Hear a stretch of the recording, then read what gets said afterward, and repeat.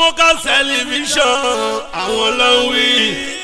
Amoka television àwọn ló ń sọ. Ọba Itu Yusuf Ọlásùnkànmí ìlú dáwọ́ ìjà tẹ́lẹ̀ ilé mo bá dé onígbòkó tìlú Ìgbòkó ọba kádé ó pẹ́ lórí kí bàtà ó pẹ́ lẹ́sẹ̀ ọba àwọn olórí kí wọ́n ṣiṣẹ́ ìbí ẹṣin ọba kó máa fojoojúmọ́ jẹ kó ẹ ó lọlẹ̀ yìí gbó kùtàkùtà. Orúkọ mi ni Ọba Itu Ọlásùnkànmí Ọládẹ́yìndé Yusuf.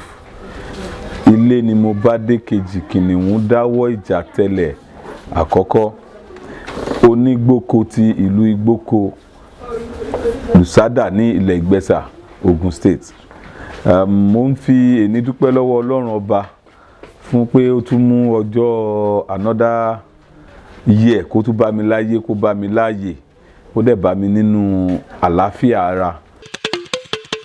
Ọjọ́ tó wáyé ògì ìṣeré ògùn fọgbẹ́ táwọn òbí ẹ̀ ò lè sọ tó máa jẹ́ láyé báyé bá dùn fún ẹ̀ ó yẹ kọ́mọlúàbí dúpẹ́ ó pariwo ọpẹ́ ó ọ̀rẹ́ mọ́yá láìmọ́re ó. Ọjọ́ tó wáyé ògì ìṣeré ògùn fọgbẹ́ táwọn òbí ẹ̀ ò lè sọ tó máa jẹ́ láyé báyé bá dùn fún ẹ̀ ó yẹ kọ́mọlúàbí dúpẹ́ pariwo ọpẹ́ ọ̀rẹ́ mọ́yá láìmọ́re.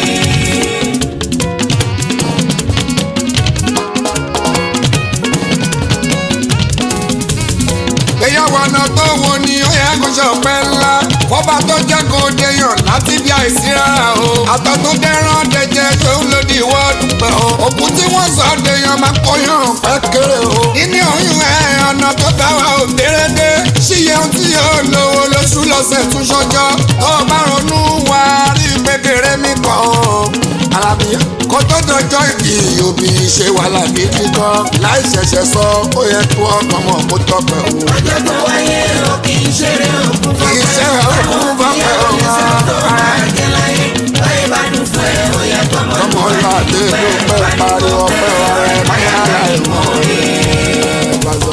nínú oyún ẹ̀ ìyá sí lọ́wọ́ ó dúdú bó ṣe ń tutọ́ bẹ́ẹ̀ ló ń bí kiri ojú jẹ́ funfun ọwọ́ gígì ṣẹ̀ṣẹ̀ funfun olóyún sọ́wọ́ ó ní sẹ̀sẹ̀ tí wọ́n wú àtijọ́ ogún àtisùn náà tún dógún o ọjọ́ tàbí yẹ ọjọ́ máa lè gbàgbé ló jẹ́ màmá ẹ̀kọ́ kú torí kí wọ́n lè wá sáyé Ọlọ́run ló yọ̀ǹda ẹ̀ pé wọ́n á padà wá sáyé wọ́n ṣe bí ẹ̀kọ́ màmá ẹ̀rí ẹ̀rín múṣẹ́ o ọmọdé àná o ọmọdé àná tó ń ké ni ẹ ò bá dúpẹ́ pọ́nlọ́hún sẹ́kún àná dẹ́rìn ò jẹ́ dúpẹ́ o. Ọjọ́ tó wáyé o kì í ṣeré òkun ṣé òkú fọ́pẹ́ o máa jẹ́ láyé o máa bá ṣe ọmọ ọlọ́ àbẹ́ dúpẹ́ o bá parí ọpẹ́ o máa láìwẹ́ o máa. Ìwọ lọmọ tó ń ra kòrò lọ́jọ́ sí ó ti dọmọ tóbi rìn yọ ó tọ́pẹ́ ìwọ lọmọ tí ó lè sọ̀rọ̀ lọ́jọ́ sí ó wá dọmọ tó ti ń fọ̀hún fàìgbà orélé ìwé oríwé kà ó tọ́pẹ́ ó kéwú kọ́ṣẹ́ Ọlọ́run máa ṣeun kan o ọlọ́jọ́ kíkan balóhùn ò ní dúpẹ́. Àwọn tó mọ̀ọ́rẹ́ Ọlọ́run ò ní dákẹ́. Taniwọ́ gbọ́ tó aṣọ kò ní dúpẹ́ àwọn tí ó tó ẹ̀ wọ́n ń bẹ ní kòtò àwọn tó jẹ́ ẹgbẹ́ wọ́n ti bọ̀rún lọ àwọn tó jù ẹ̀ lọ wọ́n ti kú wọ́n ti pààyàn gbọ́ taniwọ́ gbọ́ ó táwa níwọ̀ ó tó aṣọ kò ní dúpẹ́ o ọlọ́jọ́ kíkan balóhùn ò ní dúpẹ́. Àwọn tó mọ̀ọ́rẹ́ Ọlọ́run ò ní dákẹ́. Bọ́lọ́jọ́ kíkan o bọ́lọ́jọ́ kíkan balóhùn ò ní. Àwọn tó mọ̀ọ́rẹ́ Ọlọ́run ò ní dákẹ́. Ẹgbẹ́ bàbá ẹ̀ wọ́n ń ṣe bọ́ra ní pópó èèyàn kiri ẹ̀ náà ti lò. Ọlọ́run á jẹ́ ká ṣe légbálégbá.